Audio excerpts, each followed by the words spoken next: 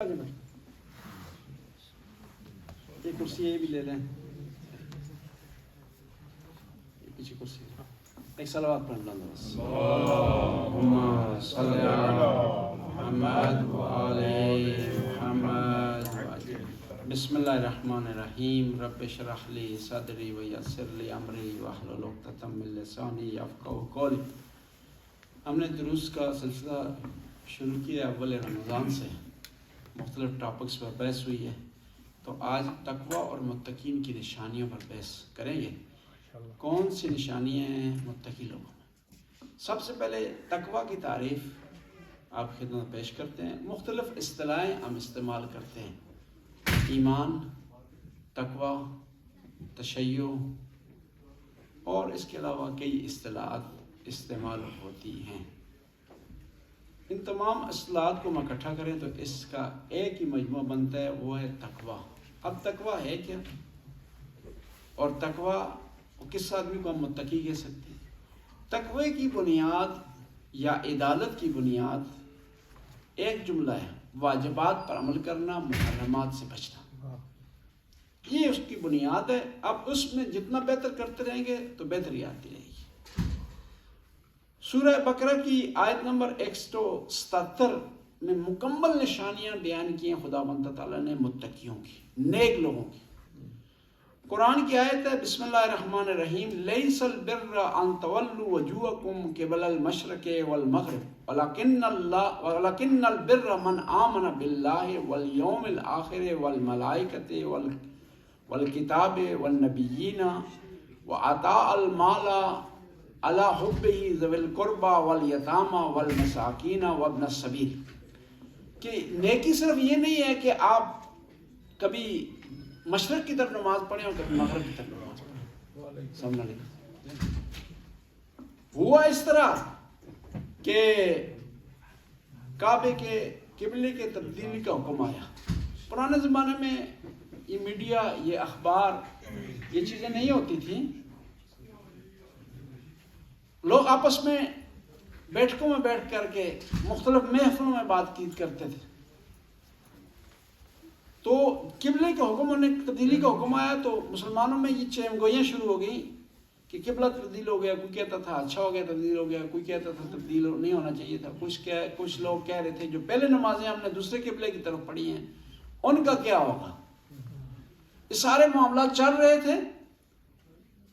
کہ خدا کو حکم ہوا، خدا کی طرف سے آیت نازل ہوئی کہ یہ جو تم باتیں کر رہے ہو کہ قبلہ تبدیل ہو گیا، تبدیل نہیں ہونا چاہیے تھا، یا جن لوگوں نے پہلے دوسرے قبلے کی طرف نمازیں پڑھی ہیں ان کا کیا ہوگا۔ یہ زیادہ امپورٹنٹ باتیں نہیں ہیں۔ ایک دفتر کا دوسری دفتر کی جگہ تبدیل ہونا، ایک بلڈنگ سے دوسری بلڈنگ میں شفٹ ہونا، یہ کوئی معاملہ نہیں ہے۔ معاملہ یہ ہے کہ اصل میں مسلمانوں کو کیا کرنا چاہیے، وہ یہ ہے کہ اللہ پر ایمان لائیں، آخرت پر ایمان لائیں، ملائکہ پر ایمان لائیں، گزشتہ کتابوں پر ایمان لائیں، انبیاء پر ایمان لائیں۔ یعنی بس مومنوں کی نشانیاں بیان کی جا رہی ہیں کہ مومنوں تم میں یہ نشانی ہونی چاہیے۔ سب سے پہلی نشانی یہ ہونی چاہیے کہ تم کیا ہو، اللہ پر ایمان رکھتے ہو، سب سے پہلی نشانی ہے۔ اور تمام جو عقائد ہیں نا، اصول دین ہے، اس کی بنیاد توحید ہے، اور دوسرے جو اصول دین ہے وہ آئے توحید کے لیے۔ اگر سارے اصول کا کوئی انکار کر دے نا، توحید کو اقرار کر رہا ہے تو گویا اس نے سب کا اقرار کر لیا۔ آپ ابتدا سے شروع کریں۔ عدل کیا ہے، وہ توحید سے منشا ہوا۔ اس کے علاوہ نبوت کیا ہے، توحید کو بچانے کے لیے آئی۔ امامت کیا ہے، توحید کو بچانے کے لیے آئی۔ قیامت کیا ہے، توحید کا ہی پرچار، بس توحید مین ہے۔ اور اس کے بعد کیا ہے، دوسری جو مین اصول دین ہے، مین عقائد میں سے وہ کیا ہے، وہ ہے آخرت پر ایمان لانا۔ جو آدمی آخرت پر ایمان لاتا ہے نا، اس کا معاملہ صحیح ہو جاتا ہے۔ اور آخرت ہی ہے، وہاں پر جو سوال ہوں گے، جواب ہوں گے، توحید سے متعلق ہوں گے، امامت سے متعلق ہوں گے، نبوت سے متعلق ہوں گے۔ بس دو چیزیں عقائد میں مین ہیں اور باقی اس کی برانچ ہے۔ اس لیے بھی اس دن میں عرض کر رہا تھا، ایک شخص آیا، ببخشید اردو محمد ما جای شما رو خالی پر کردیم دیدیم که کسی نیست اینجا که آخرش هرچه قرآن خواندیم بیتے رسیدیم درسته کو کی بات شروع کروں یہ چیز دیگه صلوات پڑھیں بسم اللہ اللهم صل على محمد آخرت ایک شخص امام جعفر صادق علیہ السلام کی خدمت میں آیا کہا کہ ہمارے پاس دو قسم کے افراد ہیں ایک وہ ہے کہ جو ناسبی ہے ایک ہے غالی ناسبی سے کہتے ہیں جو اہل بیت کو نہیں مانتا صرف خدا کو مانتا ہے اور ناسبیوں کی علامت یہ ہے کہ وہ جب درود پڑھتے ہیں نا تو اہل بیت کا نام شامل نہیں کرتے ایک ناسبی تھا تو وہ درود پڑھتا تھا اس طرح اللہم صلی علی محمد فقط یعنی آگے آل نہیں کہنا اور میں کل بھی توحید میں بیان کر رہا تھا کہ ہماری پاکستانیوں کی اچھی خصوصیت ہے کہ ہم چار دو معصومین میں جس کا بھی نام آئے صلوات پڑھتے ہیں یہ عربی شیعہ ایرانی شیعہ افغانی شیعہ یہ صرف محمد مصطفیٰ کے نام پر صلوات پڑھتے ہیں ہم چاردہ معصومین کے نام پر صلوات پڑھتے ہیں وہ نہیں پڑھ رہے تھے میں نے کہا توحید والو یہ چیز آپ نے اچھی نہیں سیکھی عربوں سے کہ آپ جو اہل بیت کے نام پر صلوات نہیں پڑھتے ہیں یعنی اہل بیت کے جس ہستی کا نام بھی ہے صلوات پڑھنی چاہیے صلوات اللهم صل على محمد وآل محمد شخص آیا امام جعفر صادق کے پاس کہا کہ ہمارے پاس دو قسم کے افراد ہیں ایک ہے ناسبی ایک ہے غالی ان میں سے سب سے برا کون سا ہے کون سا بدتر ہے کون سا زیادہ برا ہے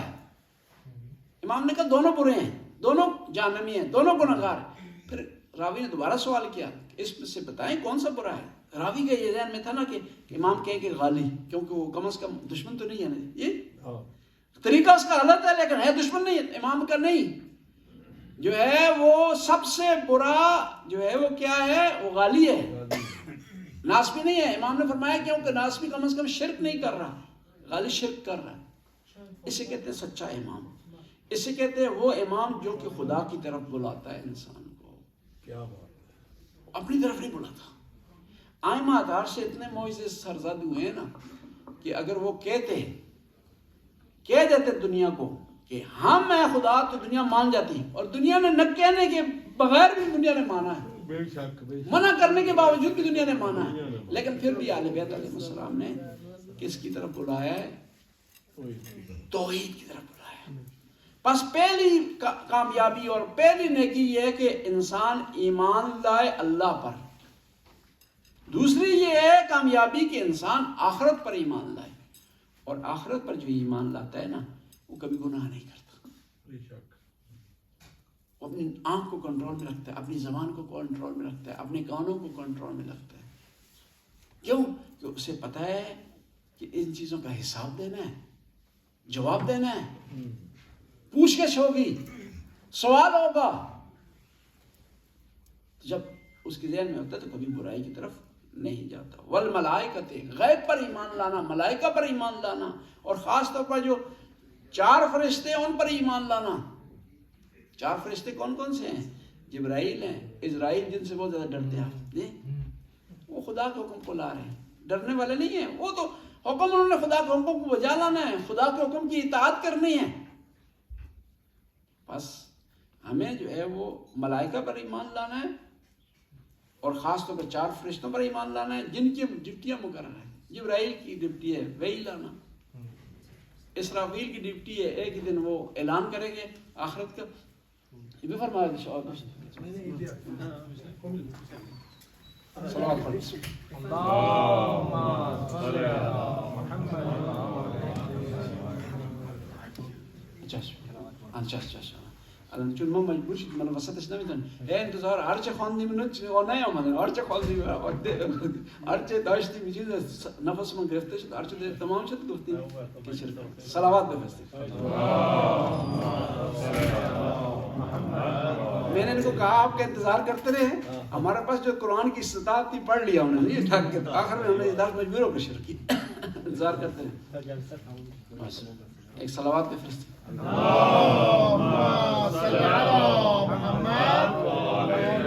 کیونکہ ہمارے مہمان ہیں ہم ان کا احترام ضروری ہے تو ابھی ہم درخواست کرتے ہیں جو ہے وہ جو ہے سید القرآن و استاد القرآن سید فرید صاحب سے کہ وہ تشریف لائیں اور یہاں پر قرآن کی تلاوت کریں بسم اللہ تفضل تفضل مشکور تمام وقت اس نا تا اذان ها